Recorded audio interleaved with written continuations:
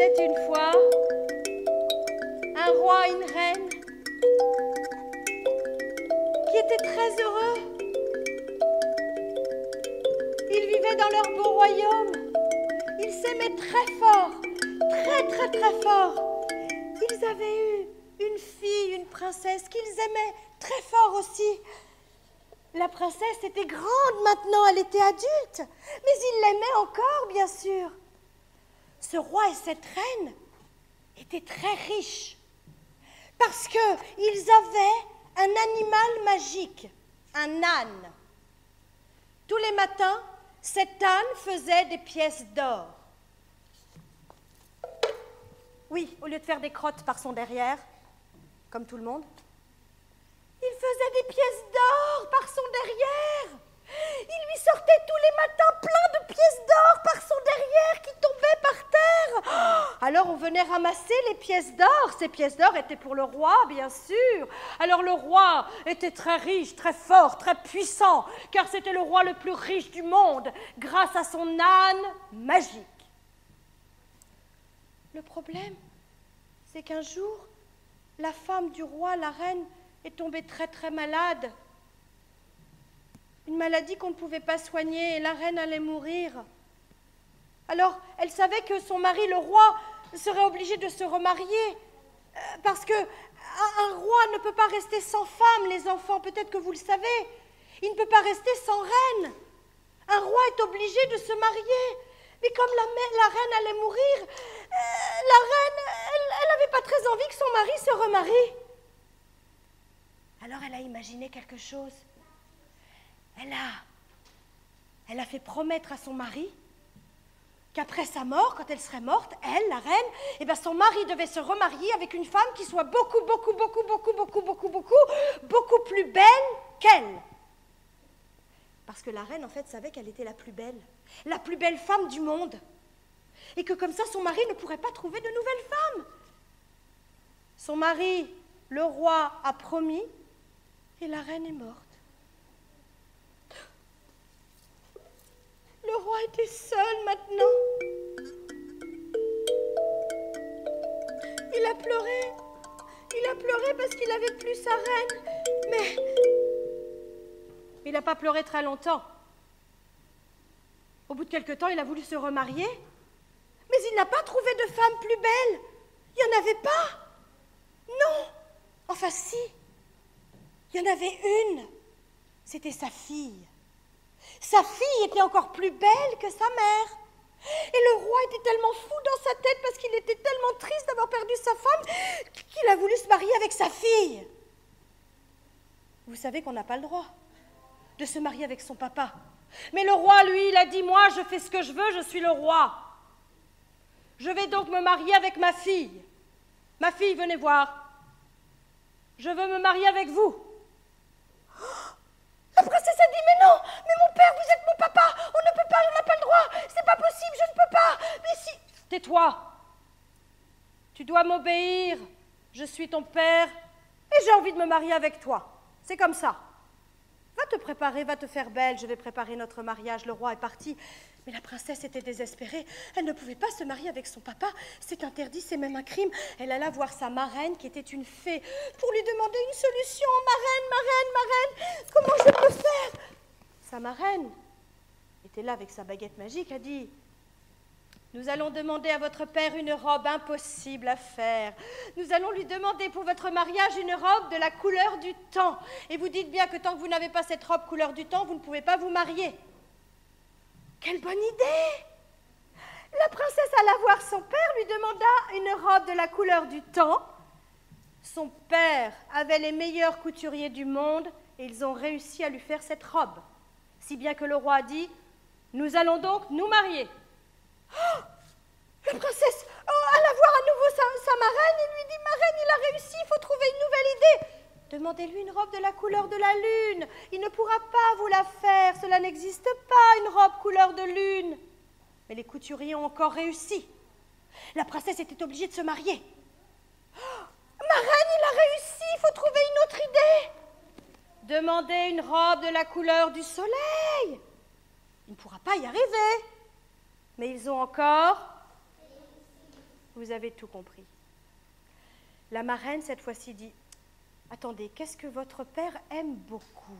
C'est son âne magique. Demandez-lui la peau de son âne magique. Oui, dites que vous voulez cette peau pour votre mariage. Il ne pourra pas vous la donner, cette peau d'âne. Sinon, il n'aura plus d'âne magique et plus d'argent. » Mais le roi était tellement fou qu'il a dit à ses gardes d'aller tuer son âne et d'arracher la tête, la peau et les pattes pour l'apporter à sa fille. Et on apporta la peau d'âne à la princesse. Ah! C'était horrible! La marraine arriva, mit la peau d'âne sur la princesse, avec la tête de l'âne sur sa tête à elle. Elle a préparé sa baguette magique. Elle a mis dans un coffre magique toutes les robes que lui avait préparées son père avec des bijoux aussi. Elle a fait disparaître le coffre sous la terre. Elle a donné la baguette magique qu'elle avait à la princesse. Et elle a dit, princesse, le coffre est relié à ma baguette magique. Partout où vous irez, ce coffre vous suivra sous la terre. Par contre, grâce à cette peau d'âne, vous vous cachez bien dessous. On ne vous reconnaîtra pas. Mais quand vous voudrez mettre une de vos belles robes, vous enlèverez cette peau d'âne, vous taperez le sol avec la baguette et le coffre sortira et vous pourrez mettre une belle robe. Partez vite, vite, vite, partez, princesse, quittez le pays de votre père. Et la princesse est partie. Elle arriva dans un autre pays et là, elle s'arrêta dans une ferme pour travailler dans cette ferme. Alors, dans cette ferme, elle se mit à faire le travail le plus sale de la ferme. Vous savez ce que c'est, les enfants? Oui, ramasser les crottes des animaux et nettoyer l'endroit où vivent les cochons. C'était affreux, mais la princesse accepta de faire ce travail.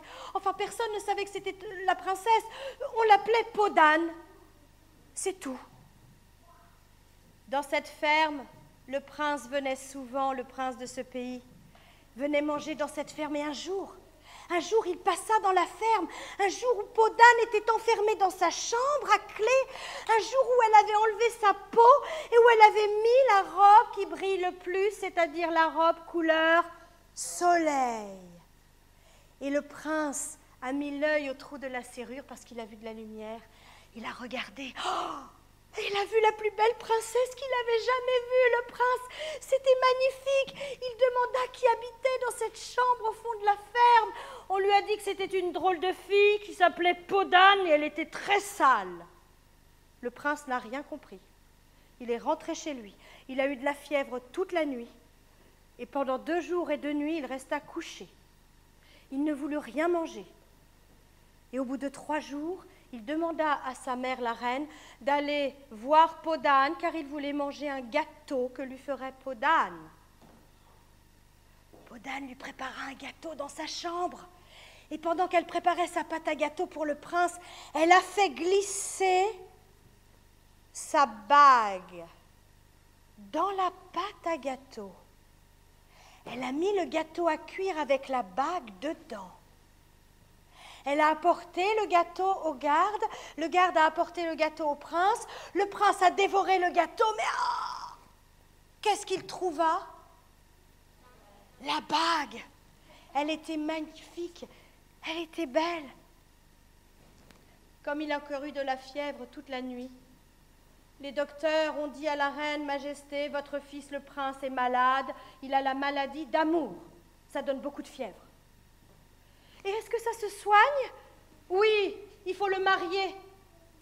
Ah, allons lui demander avec qui il veut se marier, demanda la reine.